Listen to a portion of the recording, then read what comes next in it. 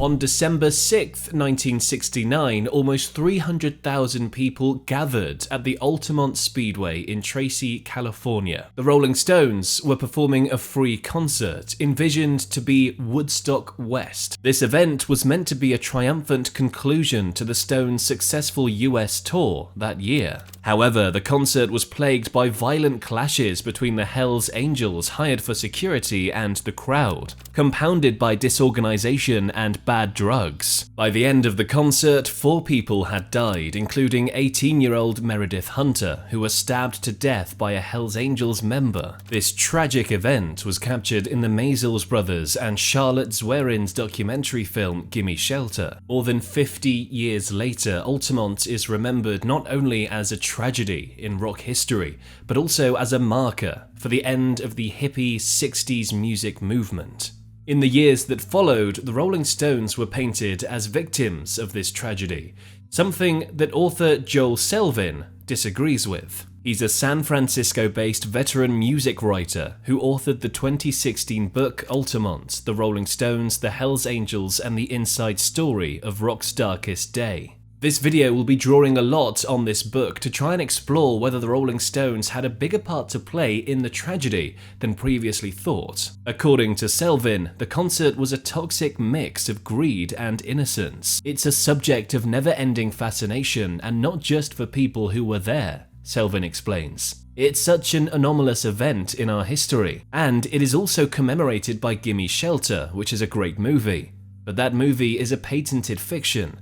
It's an apology for the Stones and paints them as victims. Now, there were several reasons behind the decision to hold the free concert. For the Rolling Stones, this free concert was a way to associate themselves with this counterculture hippie zeitgeist symbolized by Woodstock. The band had faced criticisms for high ticket prices on their US tour. Additionally, they were motivated by the documentary film in which Mick Jagger had a financial interest. They wanted a piece of that pie, to be a part of this underground that had sprung up since 1966, when they were last in America, Selvin says. The free concert and the Woodstock ethos were certainly influential. They were undoubtedly struck by the overwhelming response to their 1969 tour, surprised by their own fame and the intensity of the excitement. By then, the movie was already in progress. It's clear they were considering these factors. We know this because Jagger's agreement with the Maysles required them to deliver a finished print to the theaters before the Woodstock movie in March 1970. Now, I know the topic for this video is rather bleak, but I do have a fun fact for you.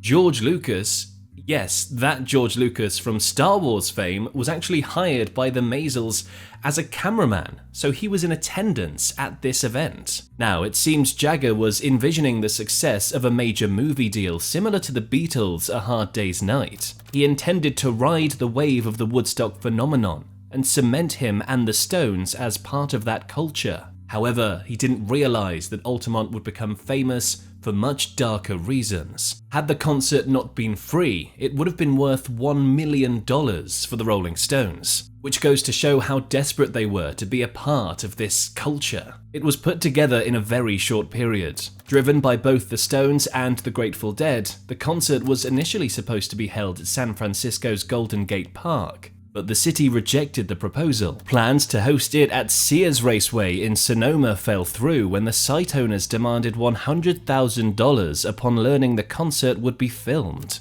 Finally, Altamont Speedway in Tracy was chosen. In a matter of days, staging was set up in a makeshift manner. The stage was low, with little barrier between performers and fans. According to Selvin's book, there was no central command, no figurehead. It was unclear who was in charge of this event. At the end of their tour on a Monday, the Stones headed to Muscle Shoals to record Brown Sugar and a few other songs. There was no venue, no staging, no sound system, no crew, nothing at all. The entire event was basically being built by hippies who believed they could pull it off if they believed hard enough. Of course, they were very wrong. When it comes to organizing an event like this, there are so many things to consider, which they unfortunately didn't. Things like toilets, food, parking, staging, sound systems, safety, and security. The decision to hire the Hells Angels for security in exchange for $500 worth of beer had dire consequences. On the day of the concert, the Angels were violently aggressive towards the crowd, using pool cues. They even assaulted Jefferson Airplane's co-singer Marty Balin during his band's set when he tried to intervene in a fight. Bad drugs further exacerbated the situation, causing numerous people to have freakouts. Overwhelming health professionals at the medical tent. It's like a toxic mass psychosis, says Selvin.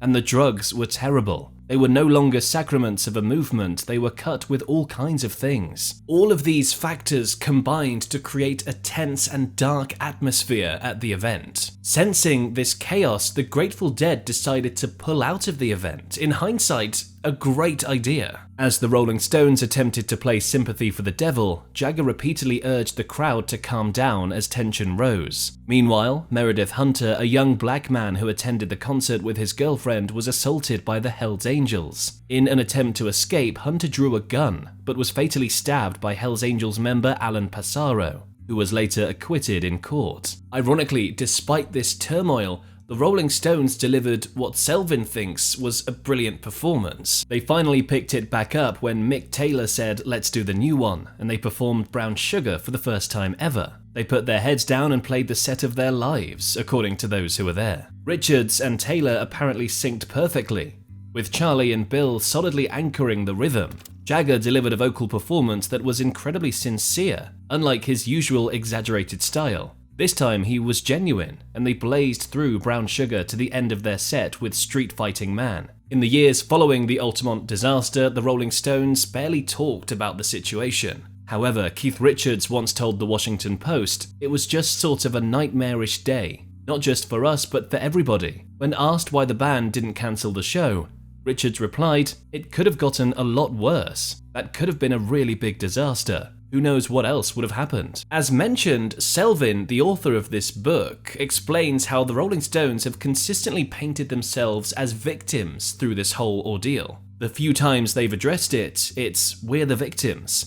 There's not been the slightest acceptance of responsibility. The Stones left town without paying any of their bills. That was a pirate trip. They came to the island, they ransacked it for booty and young maidens, and then they made it back home, Selvin writes. While the Stones and the Grateful Dead escaped unscathed, it did impact them greatly. I don't think the Stones would ever be so fierce and fearless and unrestrained ever again, having had to confront real evil face to face in the performance of their music, Selvin asserts. You can see in the movie the fear, anxiety, and despair that the Stones experienced when their stage was nearly invaded and taken over by these Hells Angels, who were clearly the masters of the stage, and that has been an inviolate space for them. It was a humbling experience to the bone. I don't believe the Stones ever really recovered from it as artists, Selvin writes. Now, more than 50 years later, much has changed for the Stones, whose subsequent live tours have been extremely professional and tightly organised. The live music industry has also become more professional. Although, of course, there have been the occasional disasters. Woodstock 99 and Fire Festival spring to mind. And let's not forget that Woodstock 69 wasn't the perfect hippie paradise that it seems to be remembered for. Although it was largely non-violent, concession stands were burned down, fences were ripped down, and interstates blocked. 3 people died at Woodstock 1969. And I think relying on people to be peaceful in mass-attended events like this is incredibly dangerous, because that's just not how people work. So the responsibility falls on the people who organize it. In this case, it was the Rolling Stones, or at least they had a very large part in doing it. And when you organise an event like this, you really can't cut corners. However, of course, many corners were cut at Altamont. And look what happened. I don't think the Stones can ever be really free of blame in this. What do you think? And why not watch another video of mine all about the Rolling Stones and their rivalry with the Beatles, asking whether it was fabricated by the media or whether it was a genuine rivalry. Click here to watch that one next.